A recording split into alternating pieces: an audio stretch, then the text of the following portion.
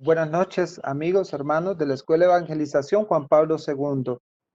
Continuando con nuestra formación sobre el libro del Apocalipsis, hoy vamos a introducirnos en los dos últimos temas que son muy importantes que nosotros los tengamos muy presentes, puesto de que al haber una interpretación del libro del Apocalipsis un tanto, digámoslo así, fuera de contexto, y que es una interpretación que lejos de darle el verdadero sentido que tiene el libro maravilloso del Apocalipsis, un libro esperanzador, un libro que nos habla definitivamente de cosas positivas. Entonces, al encontrarnos interpretaciones extrañas, puesto de que hacen un estiramiento teológico, hacen algo acomodado con respecto a lo que es la verdadera doctrina de la iglesia.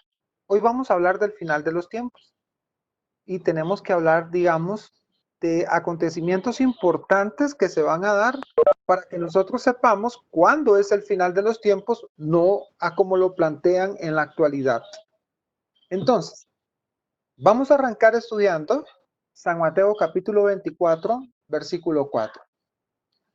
Interesante lo que viene y pongamos mucho cuidado a esta parte.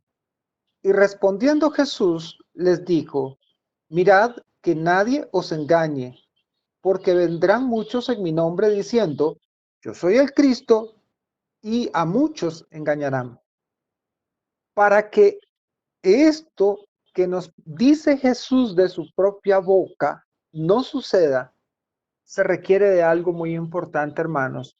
Y es precisamente esto que estamos haciendo hoy nosotros, formarnos en la sana doctrina de la Iglesia Católica. Porque Jesús advierte de que van a venir personas que nos van a tratar de engañar y que muchos van a ser engañados. Es que eso está escrito. Continúa en el versículo 11. Y muchos falsos profetas se levantarán y engañarán a muchos. Y por haberse multiplicado la maldad, el amor de ellos se enfriará. Mis hermanos, hoy nosotros pudiéramos hablar de la relativización de la fe. Y cuando la relativización de la fe cae en nosotros, obviamente perdemos el celo por el Evangelio, puesto que lo que yo hago es negar la verdad revelada por mi verdad. Y esa verdad que es mía, muy propia, es una verdad que yo la quiero acomodar, o más bien quiero acomodar las palabras del Evangelio para beneficiarme yo. Pero eso es un engaño, y es un engaño terrible, puesto que no lleva a un verdadero camino de salvación, sino a un camino de perdición. Entonces yo me tengo que cuidar, hermanos, de medias verdades. Me tengo que cuidar, hermanos, de situaciones que pasan alrededor de nosotros. ¿Por qué razón? Tengo que cuidar mucho mi parte espiritual y mi parte doctrinal. Luego dice, porque se levantarán falsos cristos, falsos profetas, y harán grandes señales y prodigios, de tal manera que engañarán, si fuere posible, aún a los escogidos. He aquí, los he dicho antes. Hermanos, es que van a tener don de palabra, van a tener facilidad para engañar. Se van a ver esplendorosos esos signos que estos malvados hacen. Se van a ver muy bien las situaciones que estas personas plantean, puesto que son personas que son instrumentos, no de la verdad, sino de la mentira, y van a tratar de engañar a todos. Por lo tanto, es muy difícil si no tenés una base sólida que vos puedas soportar un, digámoslo así, una bola de nieve de mucha doctrina enredada que a la postre no es la doctrina de la iglesia, no es la doctrina de Cristo. Como por ejemplo, la aplicación de la falsa misericordia hoy en día dentro de la iglesia, la justificación que muchas personas quieren hacer con la palabra de Dios para autojustificarse de sus pecados, ¿verdad?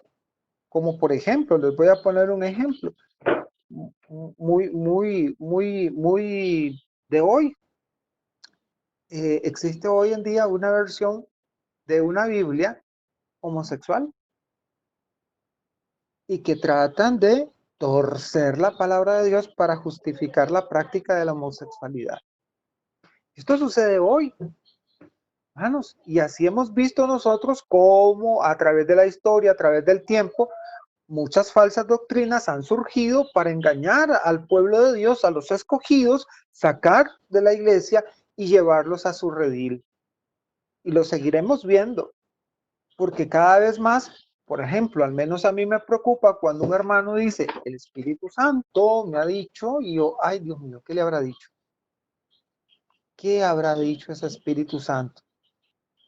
Y muchas veces en esas expresiones encontramos un lenguaje de división, encontramos un lenguaje de inconformidad, encontramos un lenguaje fuera de la comunión de la iglesia.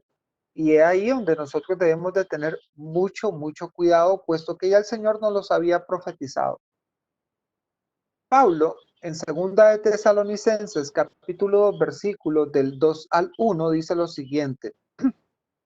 Pero con respecto a la venida de nuestro Señor Jesucristo y a nuestra reunión con Él, os rogamos, hermanos, ¿qué es lo que Pablo va a enseñar?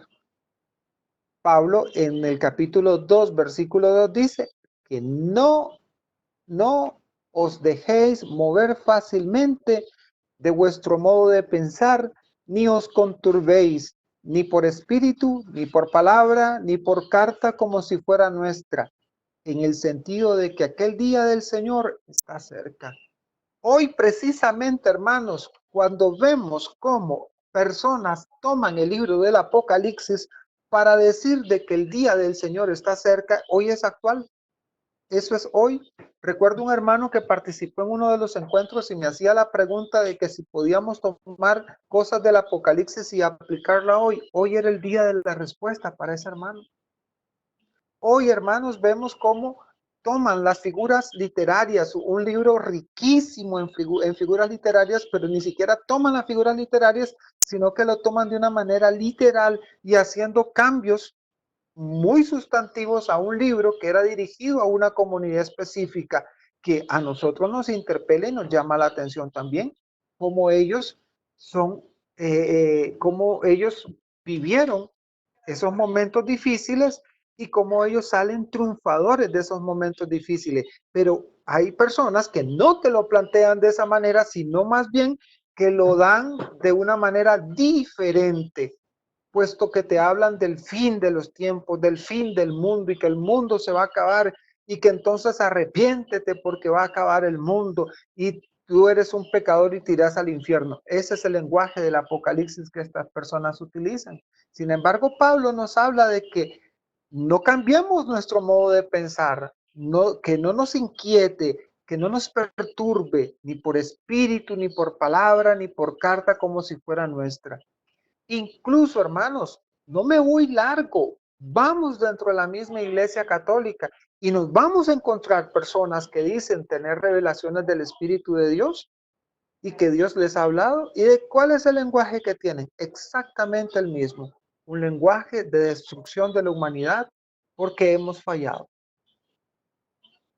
Y les recuerdo, hermanos, que andan por ahí circulando cualquier cantidad de revelaciones. Está como Fátima, el famoso tercer secreto de Fátima. Lo han agarrado como caballito de batalla, lo han torcido a como les ha dado la gana. Y si ustedes hacen una cronología en YouTube, por cierto, del secreto de Fátima, ustedes se van a dar cuenta que en el 2015 hablaba del fin del mundo. En el 2016 hablaba del fin del mundo. En el 2017 hablaba del fin del mundo. 18 igual, 19 igual y 20 ya ni se diga.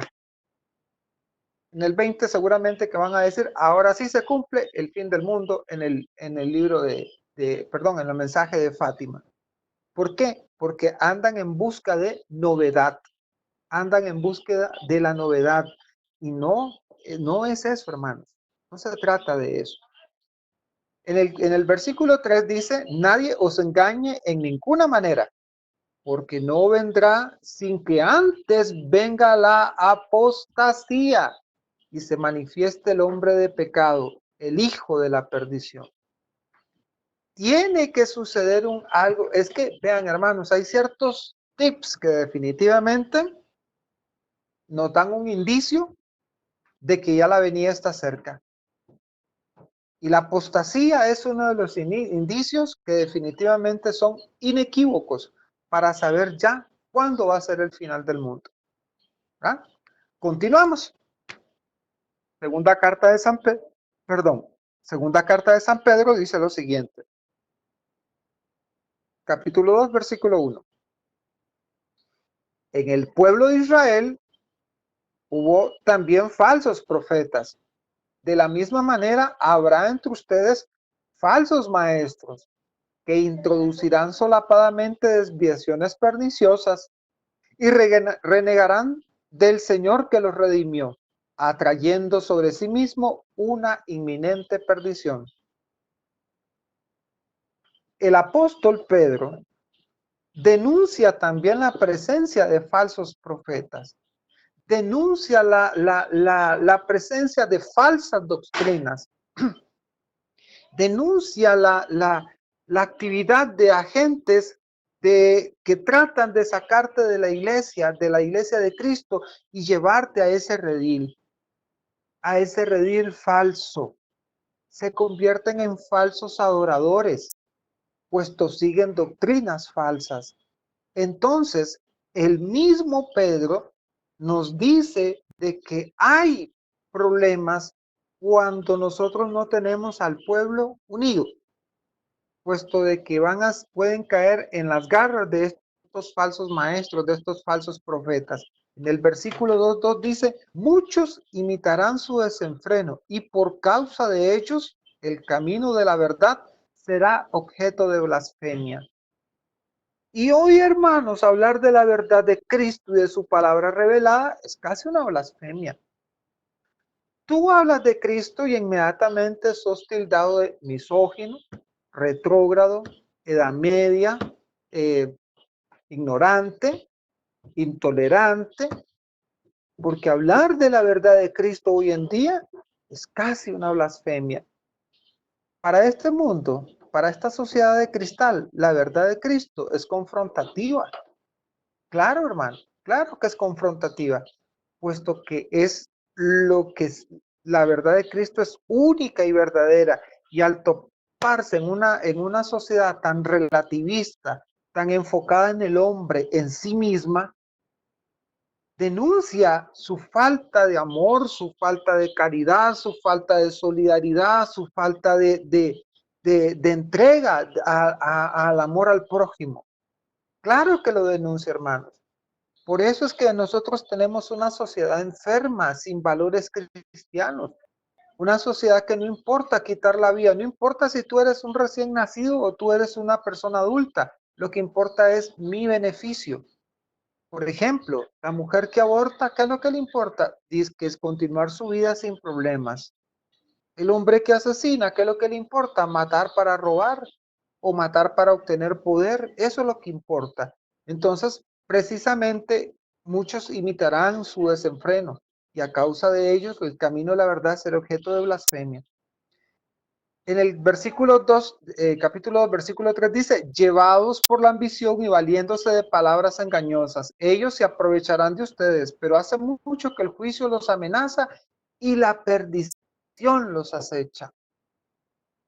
En el capítulo 3, versículo 17, Pedro nos dice, hermanos míos, ustedes están prevenidos, manténganse en guardia, no sea que arrastrados por el extravío de los que hacen el mal, pierdan su firmeza. Hermanos, ustedes sabían que para alcanzar la salvación hay una condición que dice la palabra de Dios, quien persevera en la fe se salva. Para perseverar en la fe hoy en día, hermanito, usted tiene que agarrarse duro. ¿Y cómo usted se agarra duro para perseverar en la fe?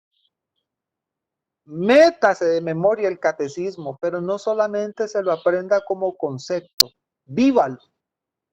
Lea la palabra de Dios como jarabe, pero vuelvo y le repito, no la lea por leerla, vívala. Ame a su iglesia, ame al Papa, ame a la Eucaristía, ame a la Virgen, entréguese a la iglesia, vívala. No se deje llevar, hermanos, por falsas doctrinas. Manténgase usted firme en la fe, firme en la fe. A propósito de la imagen que tenemos ahí, es una imagen muy fuerte. A mí siempre me llama la atención, ese es el falso profeta. ¿Y quién es el falso profeta? Aquel que está en comunión con el demonio, con el diablo, con el enemigo de nosotros, con aquel que va a ser derrotado por María y por su hijo. Pero ese falso profeta quiere arrastrarnos a nosotros y a cada uno. ¿Hacia dónde? Hacia la perdición. Vamos a continuar y vienen digámoslo, yo siempre lo llamo así, como una palabra profética de San Pablo VI. Recordemos que ahora el Papa, su santidad el Papa Pablo VI es santo hoy en día. Y en una de sus homilías, en el aniversario de su coronación, que fue el 29 de julio de 1972, dijo lo siguiente, ojo con estas palabras, proféticas de parte del Papa. Una potencia hostil ha intervenido. Su nombre es el diablo, ese ser misterioso del que San Pedro habla en su primera carta. ¿Cuántas veces en el Evangelio Cristo nos habla de este enemigo de los hombres? Y el Papa precisa, nosotros creemos que un ser prenatural ha venido al mundo precisamente para turbar la paz, para ahogar los frutos del concilio ecuménico y para impedir a la iglesia cantar su alegría por haber retomado plenamente conciencia de ella misma. Nosotros sabemos, prosiguió Pablo VI, que este ser oscuro y perturbador existe verdaderamente y que está actuando de continuo con una astucia traidora. Es el enemigo oculto que siembra el error y la desgracia en la historia de la humanidad. Precisamente, hermanos, hoy tenemos problemas serios dentro de la iglesia.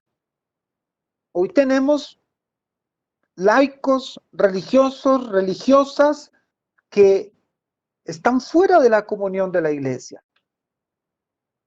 Sacerdote jesuita que apoya abiertamente, como lo es el padre Martín, director de los jesuitas, que apoya abiertamente a la comunidad LGBT. Disculpe, padre, pero usted está en el error. O vemos sacerdotes que manosean la liturgia de la iglesia. Y hay que decirlo sin ningún problema, sin ningún problema. Hoy vemos sacerdotes que celebran desganadamente, celebran sin ánimo, que no transmiten el amor a la Eucaristía. Hoy tenemos laicos que uno los escucha hablar y uno tiene que preguntarse obligatoriamente, ¿y este amigo, este hermano, qué ondas? ¿Qué es? ¿Será protestante? ¿Será católico? Dice ser católico, pero de todo lo que él dice o hace es protestante. Hay un trabajo del mal dentro de la iglesia y es así, hermanos. La palabra de Dios nos los ha dicho. Las palabras de Pablo VI, su santidad nos los ha dicho. Nos advierte de la presencia del mal dentro de la iglesia. Nosotros vemos cómo dentro de la iglesia hoy en día hay sacerdotes que niegan el infierno, eh, niegan doctrinas fundamentales de la iglesia. Incluso algunos hacen estiramiento teológico y quieren acomodar el evangelio y dicen, mira, lo que pasa es que Jesús nunca habló del tema sexual. ¿Y eso qué significa, hermano? ¿Eso qué significa, compañero sacerdote? ¿Qué significa eso? ¿Que tienes justificación para? Eso es lo que hoy sucede, hermano. Hoy tenemos dentro de nuestra iglesia problemas serios. Sacerdotes que no quieren formar. Sacerdotes que no desean que el laico se comprometa o sirva de una manera, pero digámoslo así, conociendo a lo que va. No, hermanos, la presencia del mal dentro de la iglesia está muy clara. Por eso es que vamos a la siguiente lámina y vamos a ver una imagen que nos tiene que llamar poderosamente la atención. Es una imagen donde vemos una batalla. Y es que nosotros, hermanos, en este proceso tenemos que definitivamente entrar en batalla a través de la oración, a través de la formación, a través de la lectura diaria y asiduamente de la palabra de Dios. Ahora, de los que puedan ir a misa, aprovechen. No se priven de Cristo. No se priven de Cristo. Vean, hermanos, algo que sucede hoy que yo ya lo sabía.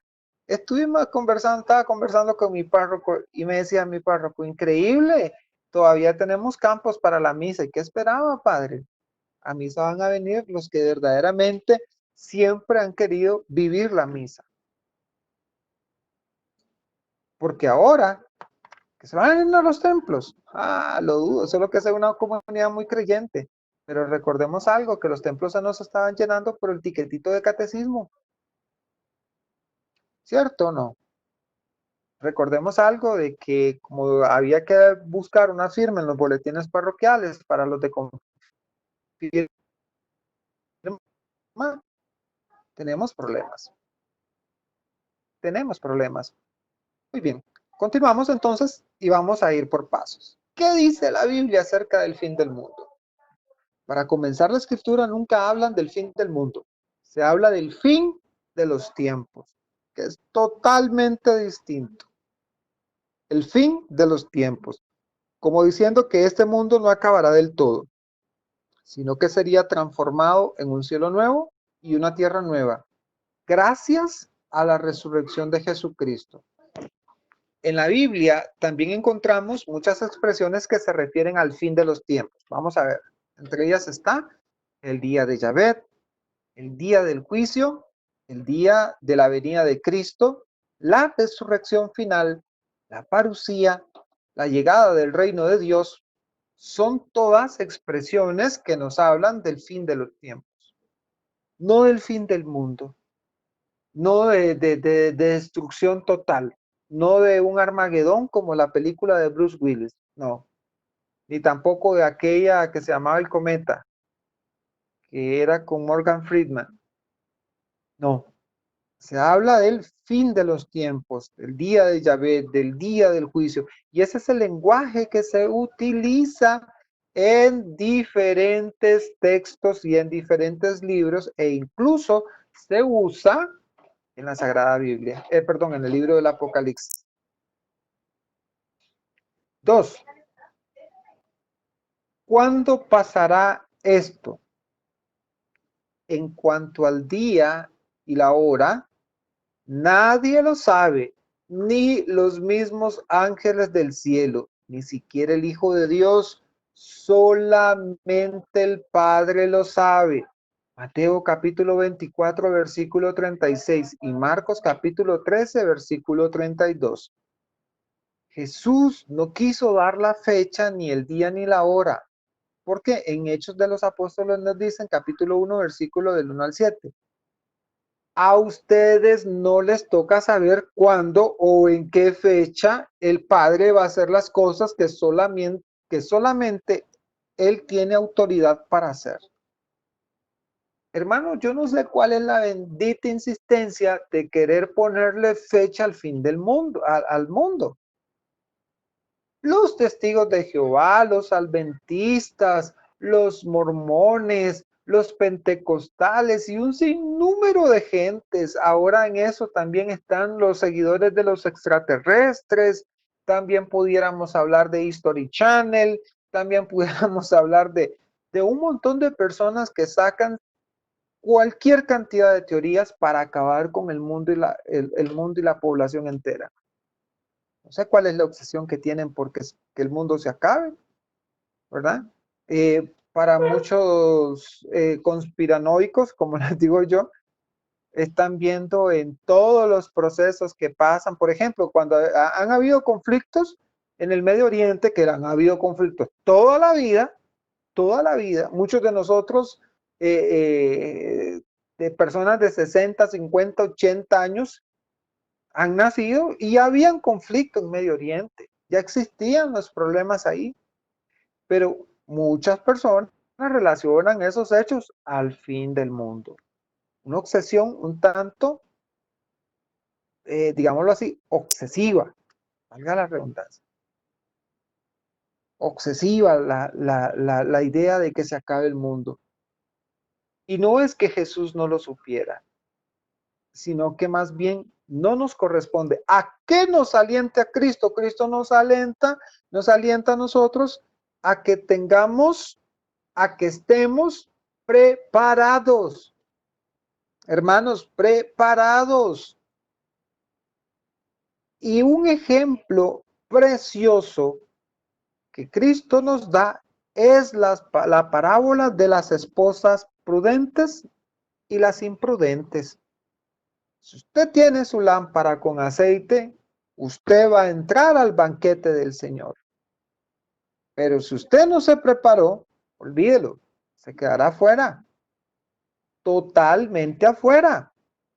Por lo tanto, Cristo nos invita a prepararnos, a estar atentos, a velar y a orar.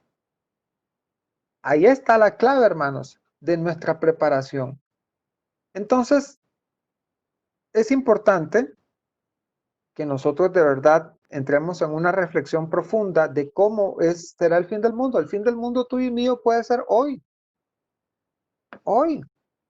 La Biblia, hablando del fin del mundo, siempre dice que debemos estar preparados, aunque no sabemos la fecha. Este día vendrá como un ladrón en la noche. ¿Se acuerdan de aquella parábola? Ustedes estén preparados porque cuando menos lo piensen, vendrá el Hijo del Hombre, dice Jesús, Mateo 24:44.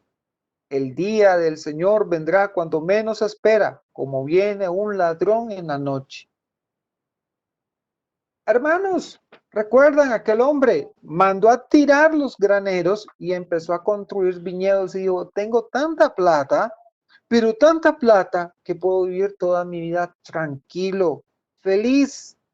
Y esa misma noche murió. Todo quedó acá. No se preparó. Creía tener su vida resuelta, su felicidad resuelta, pero no se preparó. ¿Y qué pasó? El día del Señor vendrá cuando menos espera, cuando viene un ladrón de noche. Ahí está la clave, hermanos. ¿Cómo tiene que ser nuestra preparación ante un evento que nosotros definitivamente llamamos la muerte? ¿Estamos preparados para la muerte? ¿Estamos preparados? Bien, hay que preguntarnos. Entonces, continuando, Santísima Trinidad.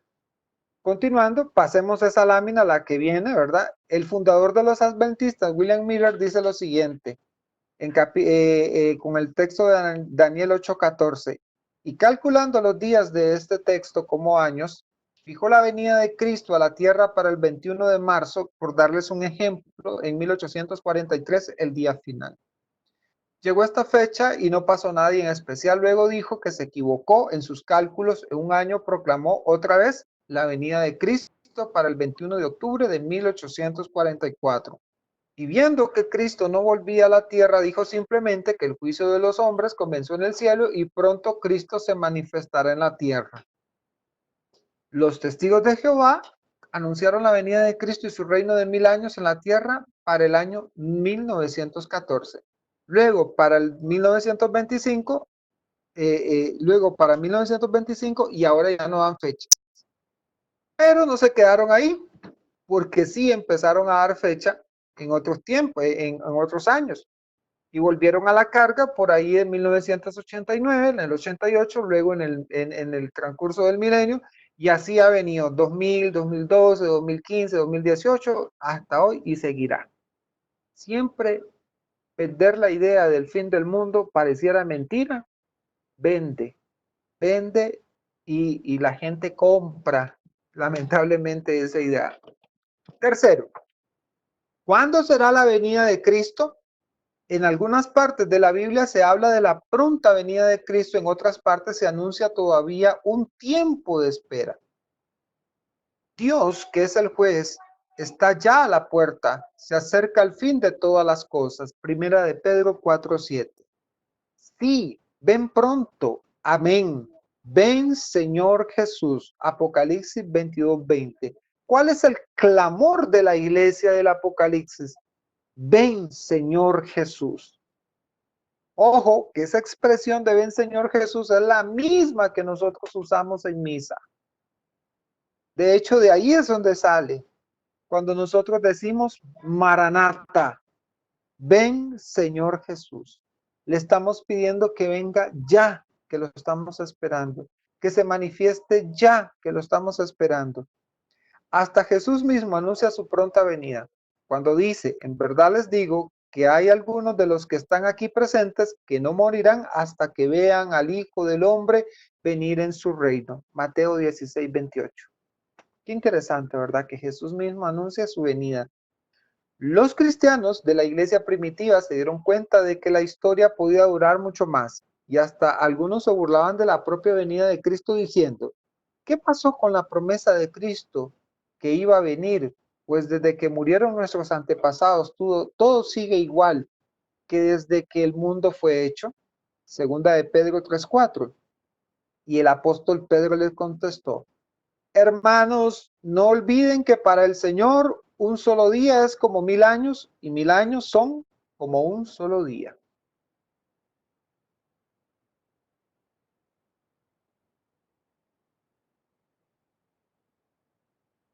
Pues,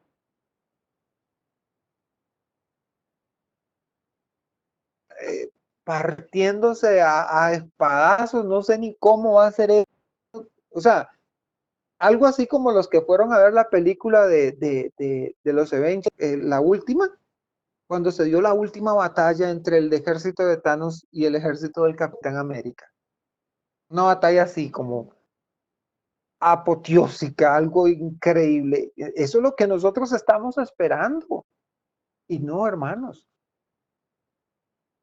nosotros tenemos que prepararnos, prepararnos. Capítulo, numeral 4 dice, señales que precederán al fin del mundo. El apóstol Pablo, después de haber reflexionado mucho, anuncia también un tiempo de espera antes de la venida de Cristo. Deben pasar tres cosas. Primero, el anuncio del evangelio ha de llegar a todas las naciones. Digámoslo, ha llegado a todas las naciones. No todos lo han aceptado. Y este mensaje del reino será predicado en todo el mundo para que todas las naciones lo conozcan. Y entonces, ¿cuándo vendrá? Es cuando vendrá el fin del mundo. Mateo 24:14. Alejandra, ¿me escuchas? Sí, aquí estoy. Ah, ok, es que creí que se había pegado. No, aquí estoy. ¿Está la Filmina bien? Ok, perfecto. Okay. Entonces, vean que la palabra de Dios dice que será predicado en todo el mundo para que todas las naciones lo conozcan. Está el evangelio en todo el mundo, pero no todo el mundo conoce a Cristo. No a todo el mundo le ha llegado. Todavía hay miles de millones de chinos que no lo conocen. Miles de millones de musulmanes que tampoco lo conocen. Entonces, se necesita, como digamos, como una de las condiciones es que le llegue el mensaje a todo el mundo y que todos lo conozcan. Dos, el final de la historia de Israel se conciliará con Cristo y se salvará. Una parte de Israel se va a endurecer hasta que la totalidad de los paganos hayan entrado, entonces todo Israel se salvará. Romanos 11:25. Segunda condición es que cuando ustedes vean de que Israel acepte que Cristo es el Mesías, ahí sí, a correr se ha dicho, porque entonces ya esa es una señal inequívoca de que el fin del mundo viene. Entonces, vamos a poner ahí un comentario rápidamente que dice, querer ganar el cielo significa tratar de tenerlo desde ahora. Desde ahora. Y eso, como ya vivimos, se logra viviendo las bienaventuranzas. Tener el cielo es tener a Dios y tener a Dios es vivir en la gracia. Entre la gloria y la gracia no hay diferencia en esencia. Quien tiene la bellota ya tiene el encino. Quien posee la gracia santificante posee el cielo, es decir, a Dios. La diferencia son en el modo de tenerlo. Aquí en la tierra, quien tiene la bellota tendrá más tarde el encino. La bellota es aún el encino, pero llegará un día a serlo. En la tierra vemos el capullo, en el cielo la flor, en la tierra el amanecer, en el cielo el mediodía. Aquí las sombras, allá la luz, aquí lo parcial, allá la plenitud, aquí la lucha, allá la victoria. Esto nos quiere decir, hermanos, a nosotros, de que debemos de luchar por nuestra salvación y debemos de estar preparados, no motivados esperando el fin del mundo, no motivados esperando acontecimientos apocalípticos, acontecimientos, digámoslo así, como un Armagedón, acontecimientos catastróficos. No es ese el lenguaje cristiano. El lenguaje cristiano es de la esperanza, de la espera de ese Cristo, de ese Señor y de ese Salvador, de tener fe ante todo. Bueno, tercero, eh, finalmente, si quieres la cambia, sale y pasa esa también que viene. Pon la otra, por favor, gracias. Finalmente, antes de la venida de Cristo, ha de producirse la apostasía general. O sea, habrá una crisis religiosa a escala mundial y ha de venir el anticristo. No se dejen asustar por ningún mensaje espiritual como si fuera el día del Señor que ya llegó. Antes de ese día tiene que venir primero la rebelión contra Dios. Cuando aparezca el hombre del pecado, que se sentará en el templo de Dios y será adorado. Llegará con mucho poder y con señales milagrosas y mentirosas. Usará toda clase de maldad para engañar. Segunda de Tesalonicenses, capítulo 2, versículo del 1 al 2. ¿Qué es la apostasía, hermano? La apostasía es la renuncia total a Dios.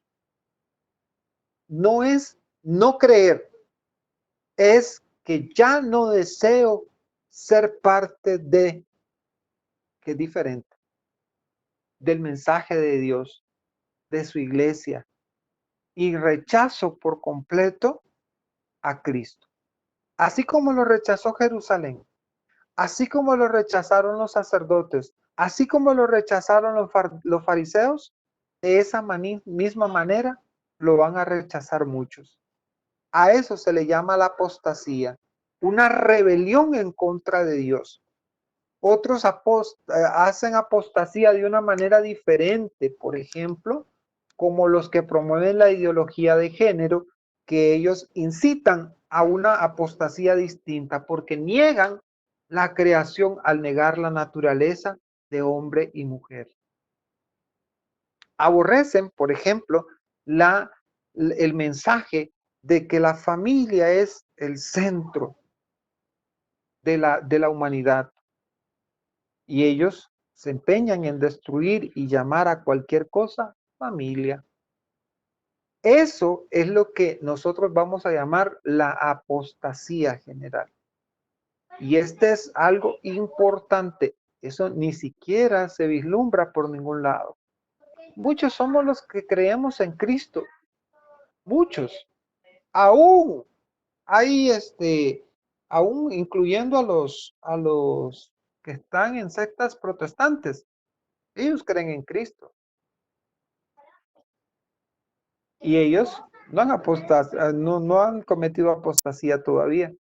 Ahora bien, hay gente que cree que la apostasía es de las personas que están afuera. No, hermanito, la apostasía es de adentro. Es la renuncia a ser considerado hijo de Dios. Es renunciar yo a mi condición de hijo de Dios.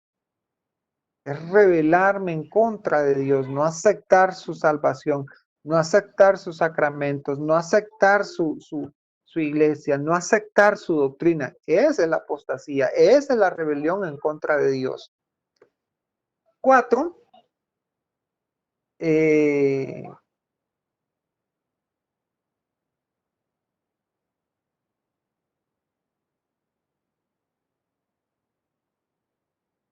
Híjole, me comí el 4. Me estoy fijando que sí. Exacto, dije yo, algo que no estoy, estaba revisando el 5 sigue. Vamos con el 5. Me comí el 4. ¿Cómo vendrá Cristo al fin del tiempo? La Biblia habla en forma bastante confusa. Igual, el 4 habla del quejatón, que lo tenemos que ver como tema de la apostasía y el quejatón la próxima semana. Entonces, era solo como para hacerles una introducción. Entonces, este va a ser el 4 para nosotros. ¿Cómo vendrá Cristo al fin del tiempo? La Biblia habla en forma bastante confusa de cómo se terminará la historia. En el Antiguo Testamento, por ejemplo, los profetas veían a todas las naciones de la tierra unidas en un complot para destruir la ciudad santa de Jerusalén. Pero en el momento más desesperado, Dios interviene en forma triunfal para instaurar el reino del Señor. Joel 3:14. Entonces, acuérdense que los discípulos insistían constantemente de que a qué horas vas a instalar tu reino. Entonces ya ellos, como miraban signos portentosos que Jesús hacía, ya ellos decían, llegó el momento en que Jesús va a decirle a sus ángeles que bajen y vámonos a partirnos con los romanos y vamos a expulsar a los romanos.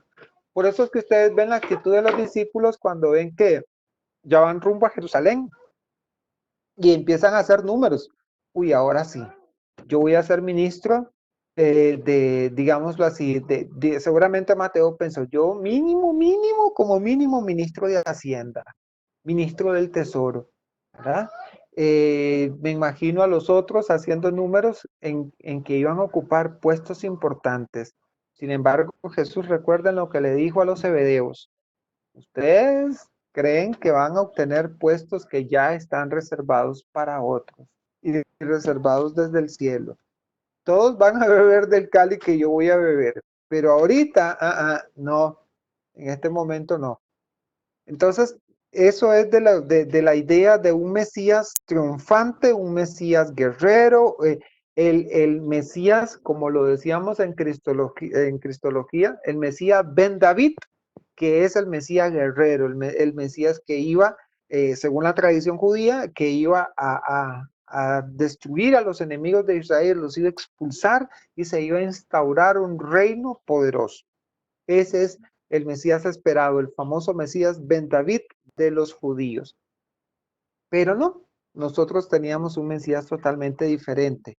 El discurso de Jesús acerca del fin de los tiempos habla de guerras y grandes angustias en todo el mundo. El sol no alumbrará, la luna perderá su brillo y las estrellas caerán del cielo y los ángeles tocarán las trompetas. ¿Se acuerdan de las trompetillas del Apocalipsis, verdad? Bueno, por ahí va el asunto. Mateo 24, 29, 31 dice esto que acabamos de mencionar. Entonces, ¿qué nos trata de decir Jesús?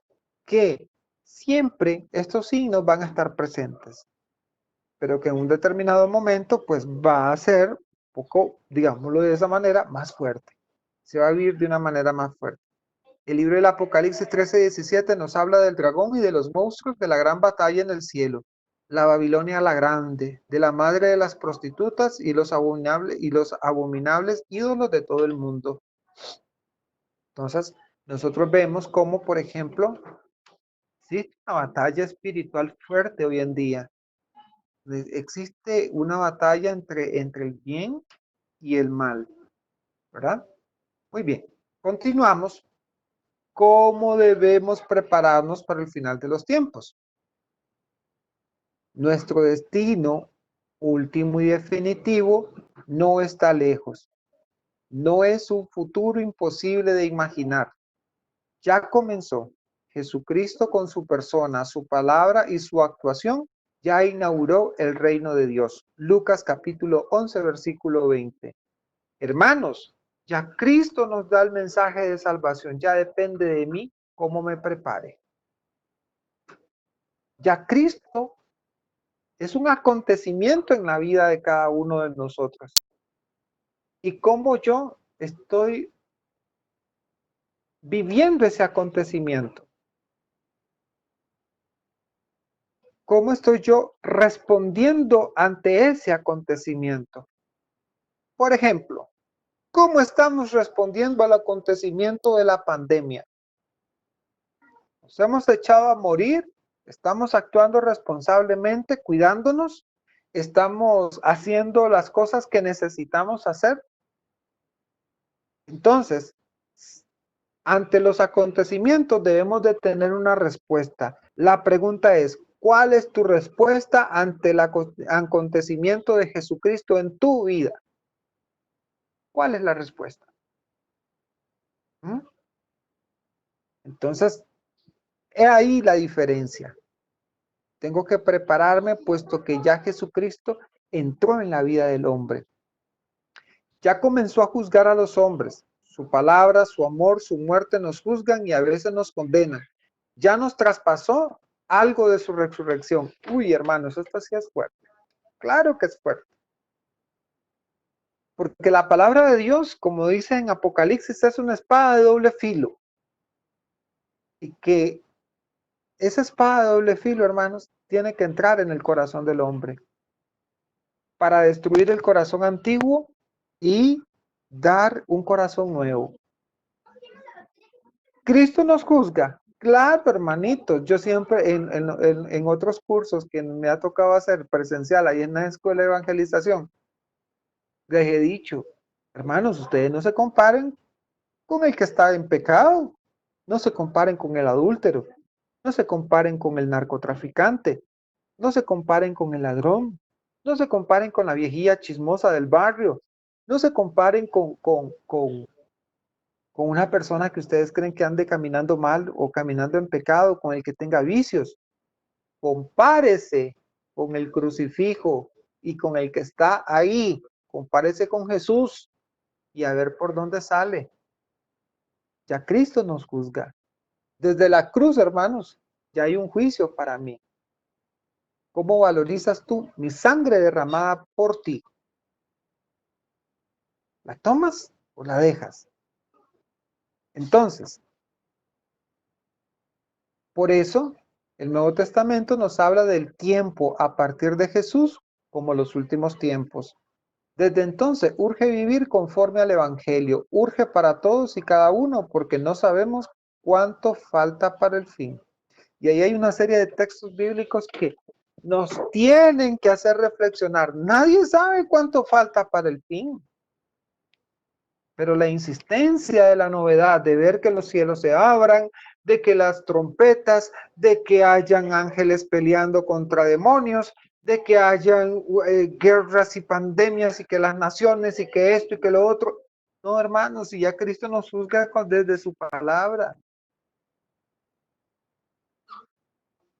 Voy a ponerles algo duro. Ya Cristo nos juzga de cómo miras al inmigrante hoy en este contexto, en esta actualidad. Hoy Ya Cristo nos juzga por eso. Querían, no, es que a veces es muy fácil hablar del Evangelio, pero aquí tienen un ejemplo muy claro. De hecho, una de las obras de misericordia precisamente es acoger al inmigrante. Y es la palabra de Dios que te dice cómo estás acogiendo al inmigrante.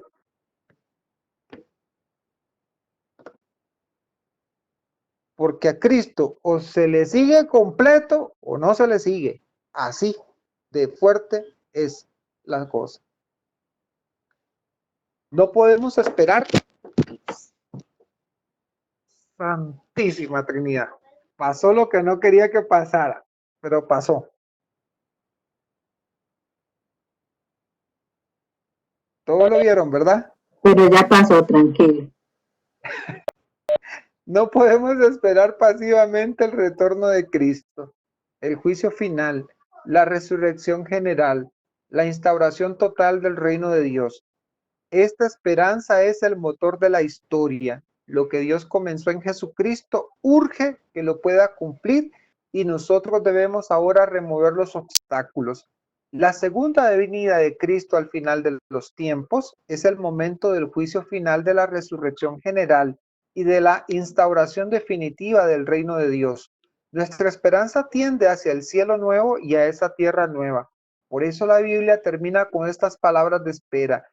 Ven, Señor Jesús, Apocalipsis 22:20, que repetimos en cada celebración de la Eucaristía después de la consagración, en la que todo el pueblo contesta, anunciamos tu muerte, proclamamos tu resurrección, ven, Señor Jesús.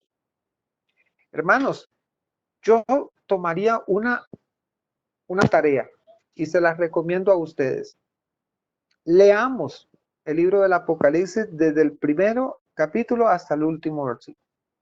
Pero leámoslo con una visión de esperanza, con una visión que nos interpela, con una visión que nos llama a nosotros, de verdad, a nosotros nos llama a vernos en cuál de las iglesias me sitúo yo, para que el Señor me juzgue.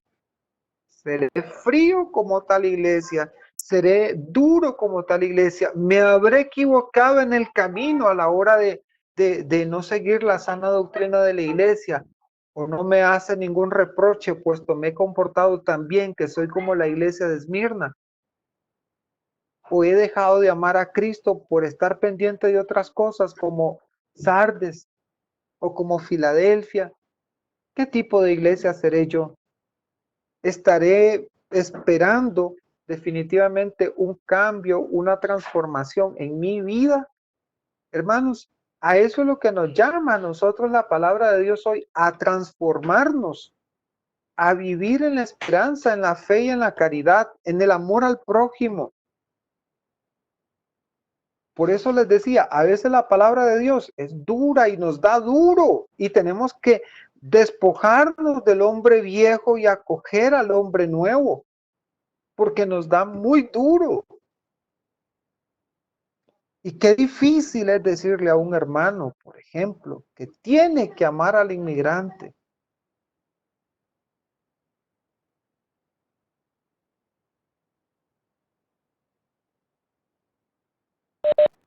Bueno, yo creo que ahora sí ya se pegó, ¿verdad? Bueno, hermanos, así es como hoy, bueno, por un problema técnico, vale que ya estábamos en el final de la charla, ya estábamos solamente en el resumen, ¿verdad? Invitación para la otra semana. Ya estamos en las últimas semanas de Apocalipsis. A partir de mañana vamos a cambiar la plataforma, va a ser en Zoom. Entonces nosotros les vamos a hacer llegar el nuevo link por medio de las redes sociales, tanto en el chat como en Facebook, como en el chat de los cursos. Les vamos a enviar el nuevo link por Zoom para la otra semana. Sí les queremos avisar para los que están en el curso del sábado de Mariología, hasta que no te arregle Eddie el problemita que tiene técnico, entonces no vamos a hacer Mariología el sábado. Es el único que quedaría cancelado por el momento, cancelado no, suspendido, y ya seguramente este sábado noche ya lo volvemos a retomar. Pero porque a Mariología sí todavía nos faltan varios sábados. Pero los cursos de entre semanas sí ya están terminando, ya la otra semana y máximo la siguiente es que terminan los cursos de entre semana. Entonces, bueno, agradecerles a cada uno de ustedes, que Dios los bendiga y buenas noches a todos.